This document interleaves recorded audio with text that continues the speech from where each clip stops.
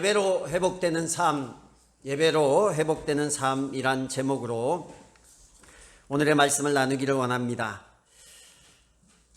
사람이 인생을 살다 보면 누구나 어려움도 있고 상처도 있고 고난도 있고 또 슬픔도 있는 것 같아요.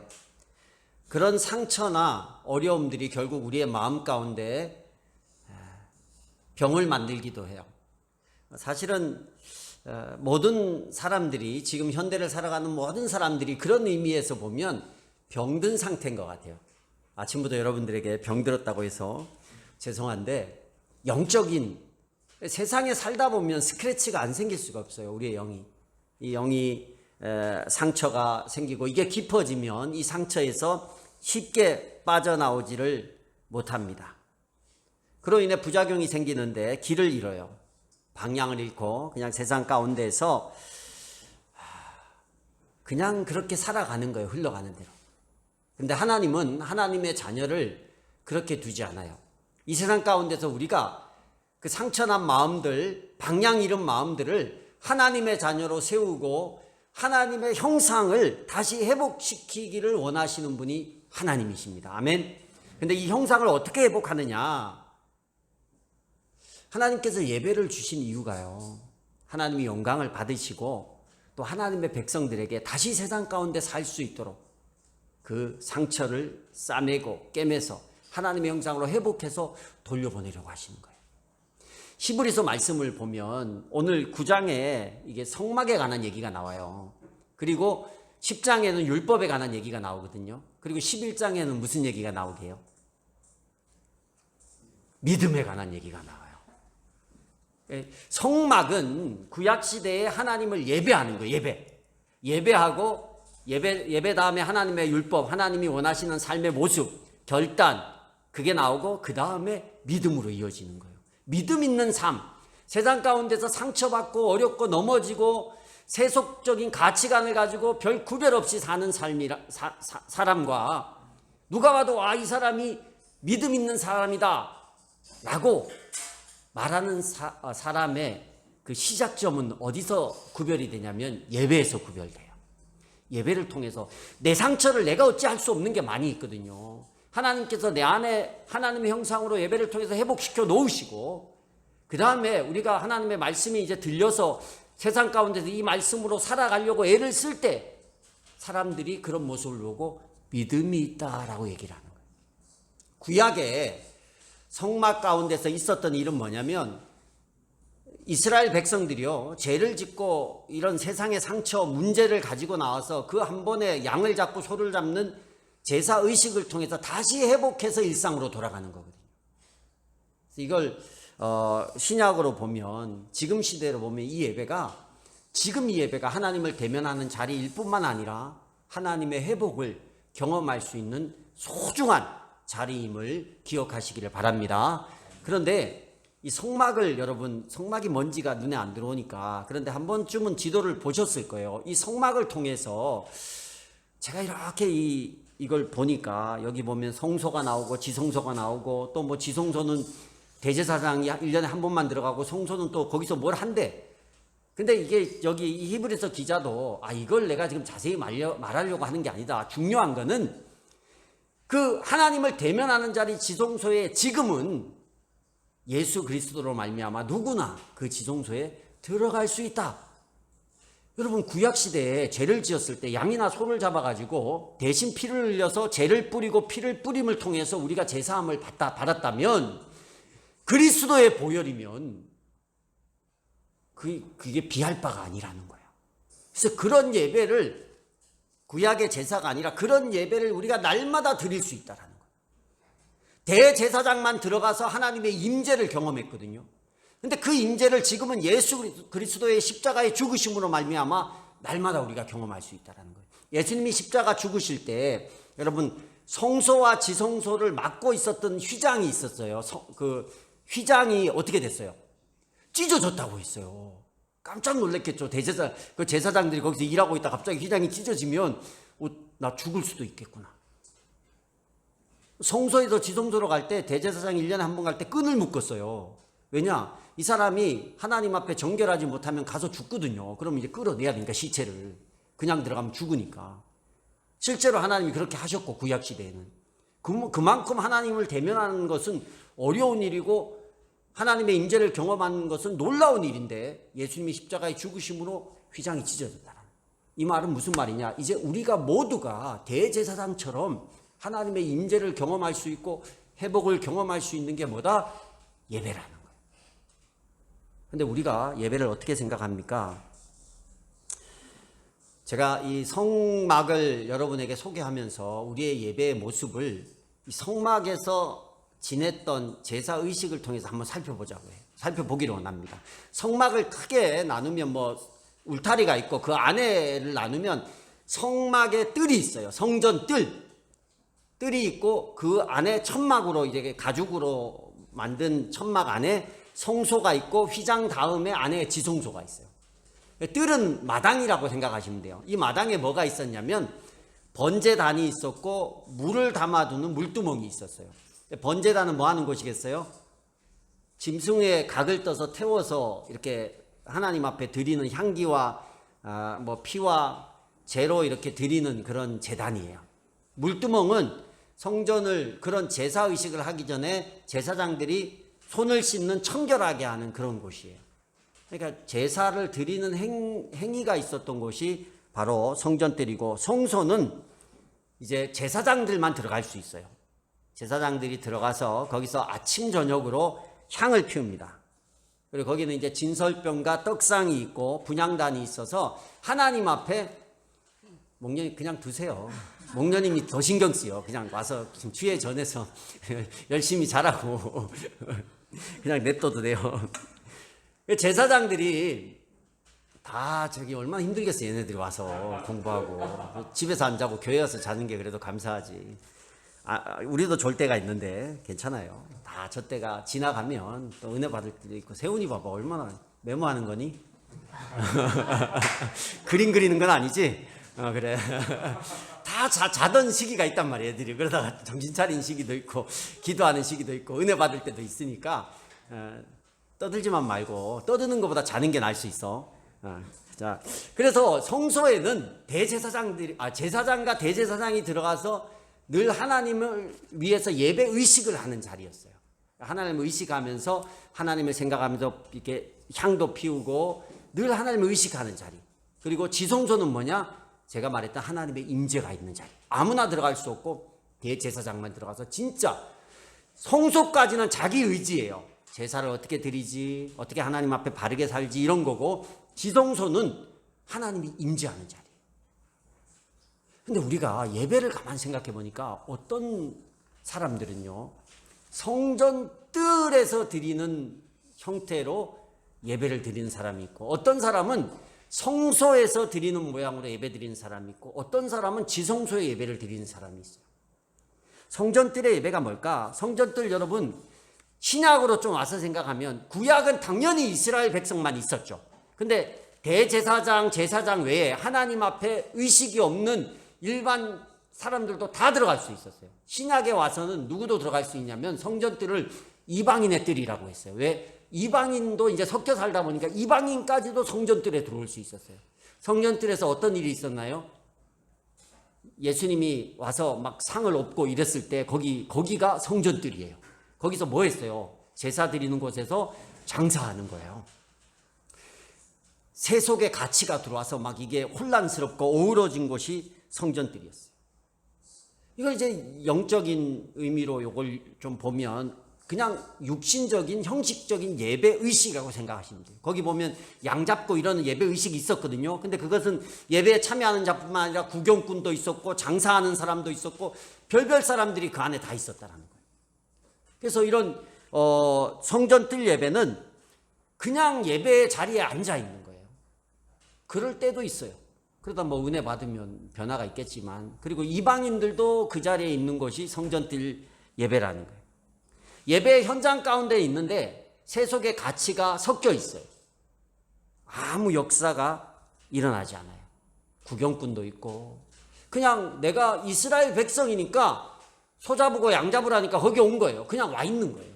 그래서 거기에 있는 것으로 나의 정체성을 생각하는 거야. 나 크리스찬이지. 나 이스라엘 백성이지. 이거예요. 이 이상이 없어요. 그게 성전뜰 안에 있는 그런 생각. 하나님의 임재라기보다 나의 행위에 대해서 이렇게 하고 나서 만족하고 돌아가는 자리예요. 이걸 좀 우리 예배로 이렇게 좀 생각을 하면, 교회 와서 이 자리에 앉아 있는데 아무 생각 없이 앉아 있는 분도 계실 거고, 또 여기 와서 도장 딱 찍고 가면 일수도 아닌데, 나 이제 그리스도인으로 뭐 한 것 같다. 그죠? 그런 느낌. 그리고 내가 여기에 있어야 내가 그리스도인이니까 그냥 와 있다. 이렇게 예배를 드리고 있다면 우리가 성전뜰의 예배를 드리고 있는 모습이에요. 근데 여러분, 지금 성전뜰 예배를 드리고 있다고 해서 죽을 때까지 그런 얘기가 아니에요. 이게 다 왔다 갔다 해요. 어떤 사람은 지성소 예배를 드리다가 갑자기 그 다음 주에는 성전뜰 예배가 될 수도 있어요. 근데 중요한 거는 예배 가운데 하나님의 임재의 축복이 있는데 그걸 누려요, 못 누려요? 못 누리는 거예요. 저는 그 예배가 엄청난 건데 그걸 누렸으면 좋겠는데 그걸 못 누리는 거예요. 회복이 없는 거죠. 성소 예배는 어떤 거예요? 성소 예배는 그래도 대제사장과 제사장들이 하나님을 의식하면서 매일매일을 보내는 장소예요. 하나님을 의식하는 사람이 가능한 예배예요. 가서 하나님 앞에 바르게 살아야지. 오늘도 하나님 앞에 내가 그래도 예배 의식을 앞장서서 이렇게 향을 피우고 이러면서 얼마나 하나님을 의식했겠어요. 그리고 내가 더 바르게 살아야지. 더 온전하게 살아야지. 결단이 있고 하나님을 향한 매일의 헌신이 있는 장소. 1년에 3번 와서 그냥 성전뜰에서 제사하고 가는 게 아니라 매일매일 하나님 앞에서 헌신과 결단이 있는 예배가 뭐냐? 성소 예배예요. 내가 어떻게 살아야지. 내가 어떻게 하나님 앞에 영광을 드려야지. 내가 어떤 모양으로 살아야 하나님 기뻐하실까. 훌륭하잖아요. 좋은 예배예요. 그러나 거기에 빠진 게 있어요. 뭐가 있어요? 지성소에서 임하는, 내가 하나님 앞에 결단하고 헌신하고 나의 감동은 있는데 하나님의 임재는 없다라는 거예요.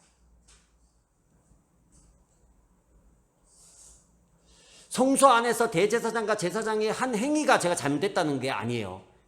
우리가 예배로 따지면 내가 하나님 앞에 할 수 있는 것만 움직이고 가면요, 결단하고 가면요, 그것도 좋아요. 훌륭해요. 우리 교회도 헌신기도석 있잖아요. 여기 와서 결단하면 얼마나 좋은지 몰라요.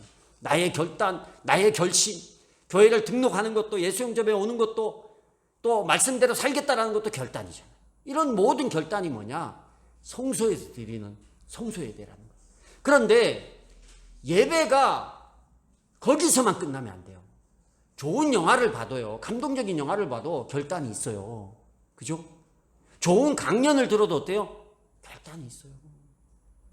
요즘 뭐 유튜브가 얼마나 좋아요. 거기에 보면 유명한 교수님의 강의도 들을 수 있고 유명한 박사님의 얘기도 들을 수 있어요. 그걸 들으면서 또 재밌는 것도 들을 수 있고 얼마나 여러 가지 들으면서 좋은 유익한 강의를 들으면서 막 결단을 할 수 있어요. 무슨 차이가 있나요? 차이가 없잖아요.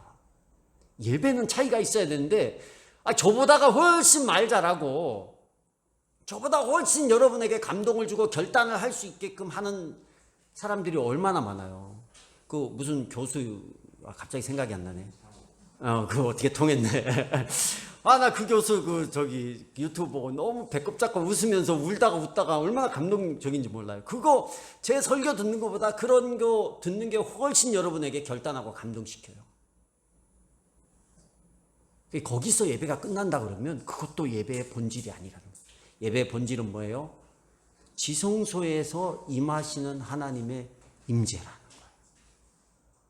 지성소 예배는요, 하나님과 직접적인 만남이 있는 거예요. 지성소 예배에 대제사장이 갔을 때 하나님 앞에 정결하게 서서 그 하나님을 만나는 자리였기 때문에, 그래 그 만남을 통해서 1년을, 그 하나님 앞에 만남을 통해서 1년을 이스라엘 백성에게 영향을 끼치는 그 놀라운 일이 지성소에서 일어나는 거예요. 지성소의 언약궤에는 십계명 돌판, 아론의 쌍난 지팡이, 그리고 금 항아리에 들어가 있는 만나들이 있어요. 천사가 두 날개로 이렇게 언약궤를 덮고 있고 그 공간을 속죄소라고 합니다. 그 공간이 제사함이 일어나는 자리. 제사함이 일어나는 자리 뭐예요? 죄로 말미암아 받은 상처들이 치유받는 자리라는 거예요. 제사함의 은혜가 있는 자리. 정결하게 만드는 자리, 은혜를 체험하는 자리. 그 속죄소가 히브리 말로 카포렛이라고 하는데, 이 카포렛이 무슨 뜻이냐면 덮는다라는 뜻이에요. 여전히 내 안에 상처가 있고 문제가 있고 죄가 있지만 주의 은혜로 다 덮여지는 자리, 거기가 뭐냐? 지성소라는 거예요. 그래서 우리가 예배가 그런 거거든요. 예배를 나의 어떤 교회 다니는 사람의 어떤 정체성으로, 아니면 무슨 그냥 와야 되는 자리가 아니, 그러면 이 기대하는 하나님의 임재를 우리가 누릴 수 없어요. 구약에는 1년에 한 번 대제사장만 들어간다고 했는데, 오늘 말씀해 보니까 신약에는 주님께서 오셔서 이 모든 일을, 대제사장이 경험했던 일을 이제 우리 모든 인류에게 해주시겠다고 이야기를 하고 있어요. 근데 우리가 이 예배에 대해서 기대하는 게 없고, 그 예배에 대해서 그 하나님 앞에 매달림이 없고, 그 하나님에 대한 어떤 소망이 없으면, 어떤 사람은 성전 뜰 예배만 드리고 매주 그냥 가시는 분도 있고, 어떤 분은 그냥 성소 예배로 끝나시는 분이 있어요. 저는 이 예배가요, 제가 해드릴 수는 없는 거예요. 우리가 정말 하나님 앞에, 하나님이 이렇게 일하시는 분이다, 1년에 한 번 만날 수 있는 그 하나님의 임재를 이제 휘장이 찢어서 매주 대할 수 있는데, 이게 우리에게 준 특권이고 은혜인데, 이걸 기대하고 이걸 꿈꾸고 이걸 소망하면서 예배를 드리는 자에게 이 카포렛, 덮으심의 은혜, 제사함의 은혜, 상처받은 죄를 회복시키고 하나님의 형상으로 회복시켜주는, 사람이 하는 게 아니라 하나님이 하시는 것을 우리가 경험할 수 있습니다. 우리의 이성을 내려놓고. 저는 그랬으면 좋겠어요. 그러기 위해서 우리가 예배를 드릴 때 지성소 예배는 정결해야 되잖아요. 제가 예배 5분 전에 여러분 우리가 정결할 수 있도록 한 주간에 우리에게 묻은 제약의 때를 좀 내려놓고 하나님 앞에 기도합시다 하는 것은, 대제사장이 하나님을 만나러 갈 땐 정결함을 늘 정결 예식을 하고 왔거든요. 그 사람도 깨끗할 수 없죠. 그러나 하나님이 그런 걸 알고 정결 예식이라는 그 예식을 알려줬어요. 이렇게 하면 정결하니까 이걸 다 하고 들어와라. 우리는 어떻게 해요? 성경에 보니까 우리 죄를 자백하면 그는 미쁘시고 의로우사 우리를 모든 불의에서 깨끗해 하실 것이다. 은혜의 보좌 앞에 나갈 때 담대히 나오라. 주님 앞에 내 생각나고 기억나는, 마음에 찔리는 그 부분을 예배 전에 다 내려놓고 기도하고, 하나님이요, 야 너 그 죄 아우 뻔뻔해, 그런 죄를 짓고 내 앞에서, 아니에요. 하나님이 기억도 안 한다 했어요. 그렇게 우리를 바라봐 주는 게 예배를 통해서. 근데 우리가 그런 자세로 주님 앞에 정결한 모습으로 나아가고, 그 다음에 예배 처음부터 끝까지 하나님 앞에 단독자, 그 키에르케고르가 우리를 신 앞에 단독자라고 이런 얘기를 했어요. 하나님 앞에서 내가 예배한다, 하나님 앞에서 예배한다라는 생각으로 예배를 드리셔야 돼요. 우리 너무 이런 생각이 없는 것 같아요. 그 절에는 가면 부처상이 있잖아요. 그 다음 막 절 입구에 가면 뭐 있어요? 그림들이 있고. 그래서 교회를 들어올 때 뭔가 막 하나님이 계신 것처럼 웅장하게 만드는, 이런 보여지는 식으로 과거에는 많이 만들었거든요. 사람이 이제 시각에 많이 좌우되니까. 근데 우리 교회는 뭐 상가고 들어오면 양지풀하자고, 교회 와서 열면 치과 같고 막 이렇게 들어오니까 하나님이 없는 것 같고. 그래서 고민이 많아요. 이게 교육 수준에 맞게, 우리 다 이 방법론에 맞게 여기를 하나님처럼 십자가를 많이 붙여놓을까, 이런 고민도 하는데, 절에 가면 괜히 경건해지지 않아요? 그림 보고 막 붙여보면 뭐 괜히 기도해야 될 것 같고, 그런 마음 안 드시나? 경건한 마음. 그게 눈에 보이면서 의식을 하는 거예요. 근데 우리는 와가지고 그런 의식이 없어요. 하나님에 대한 의식이 없단 말이에요. 책꽂이 입고 뭐 이렇게 다 가운을 입어야 될까? 그래서 하나님 앞에 제가 뭐 그런 어떤 보여지는 게 아니라, 보이지 않는 하나님이지만 하나님 앞에 내가 예배한다라는 의식이 처음부터 끝까지 있어요. 주님을 대면했다라는 거예요. 대제사장들은 얼마나 그게 철저히 있는지 몰라요.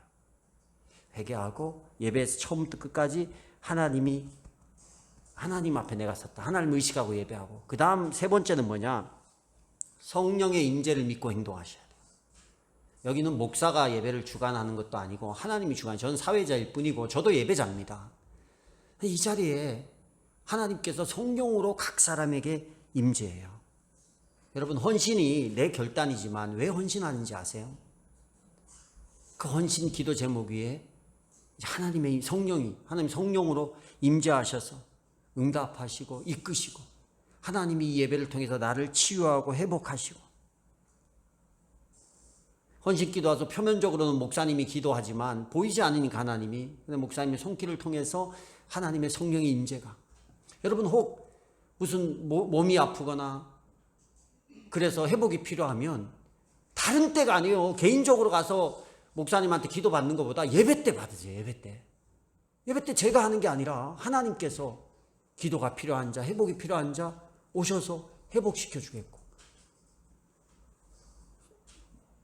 병 고침이 목사가 능력이 있습니까? 아니에요. 하나님께서 이 예배 중에 여러분을 치유하시고 회복시키시고, 그런 일이 일어날 수 있는데 우리가 너무 그런 부분에 대해서 의식하지 않는 거예요. 생각하지 않는 거예요. 예배는요, 저는 지성소 예배가 돼야 된다고 생각을 해요. 우리 결단은 당연하죠. 성소의 결단은. 그러나 그 위에 하나님의 임재가 없으면 아무 소용이 없습니다. 회복이 안 되잖아요. 그냥 결단만 하고 끝나고 도돌이표잖아요. 신앙생활 30년 해도 도돌이표예요. 그게 아니라 성령이 임재하면 한 방에 회복이 되는 거예요. 그러기 위해서 우리가 이 예배를 지성소 예배로 드려질 수 있도록 우리가 마음을 먹고 매 순간, 매주 그렇게 하면 좋겠지만 매주 그렇게 할 수는 없을 것 같아요. 사람이 업다운이 있으니까. 그러나 그게 예배라는 걸 알아줬으면 좋겠어요. 그게 예배다. 이 자리는 유병훈 목사가 인도하는 자리, 누가 인도하는 자리가 아니라, 세션이 좋아서 은혜 받는 자리, 누가 말을 잘해서 은혜 받는 자리가 아니라 하나님이 임재하기 때문에 예배요. 하나님이 임재하니까 성령의 역사가 일어나고 회복이 일어나고 변화가 일어난 자리. 하나님 앞에 철저하게 이런 의식을 가지고 예배할 수 있는 저와 여러분이 될 수 있기를 주의 이름으로 축복합니다.